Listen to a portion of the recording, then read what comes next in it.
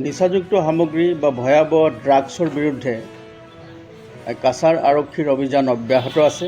আপোনালোকে দেখিছে বিগত দিনতো আমি কঠোৰভাৱে এই অভিযান চলাই গৈছোঁ আৰু যোৱা নিশা এটা গোপন সূত্ৰৰ পম খেদি আমি এটা বিশেষ অভিযান আৰম্ভ কৰিছিলোঁ আৰু সেই অভিযানটো হৈছিলে ধলাই অঞ্চলৰ ইছলামাবাদ নামৰ এটা অঞ্চল আছে। ধলাই অঞ্চলৰ এটা ইছলামাবাদ চুবুৰী আছে।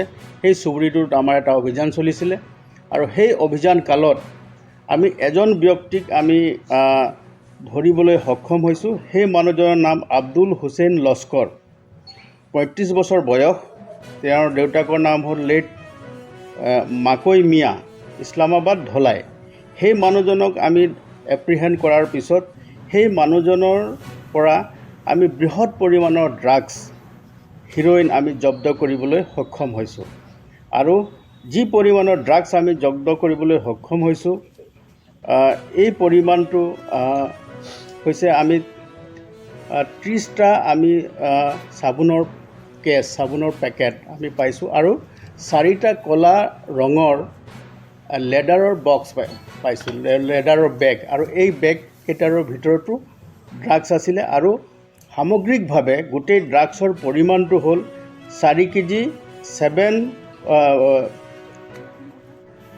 4.765 কিলোগ্ৰাম।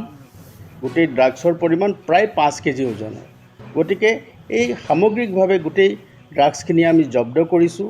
সাক্ষীবাদীৰ সমীপতে আমি ড্ৰাগছখিনি জব্দ কৰিবলৈ সক্ষম হৈছোঁ আৰু তাৰ লগতে আমি এই যি ড্ৰাগছ সৰবৰাহ, এটা বৃহৎ ড্ৰাগছ সৰবৰাহৰ চক্ৰ ইয়াৰ লগত জড়িত হৈ আছে, এটা আন্তঃৰাজ্যিক আৰু আন্তঃৰাষ্ট্ৰীয় চক্ৰ এটা জড়িত হৈ আছে।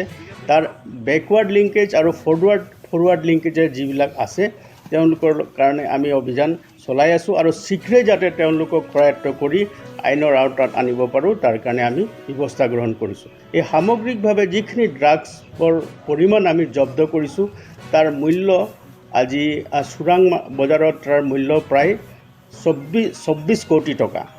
গতিকে আমি এই গোটেই ড্ৰাগছখিনি জব্দ কৰিছোঁ আৰু তাৰ লগতে সেই অঞ্চলটোৰ যি অঞ্চলত আমাৰ অভিযান চলিছে তাৰ অঞ্চলত বহুতো ঘৰ আছে, সৰু সুৰা ঝুপুৰি ঘৰ আছে। গতিকে সেই ঘৰবিলাকতো আমি সন্দেহজনকভাৱে কিবা থাকিব পাৰে বুলি আমি অভিযান এতিয়াও অব্যাহত ৰাখিছোঁ। সেই ঘৰবিলাক আমাৰ চাৰ্চ অভিযান এতিয়াও চলি আছে।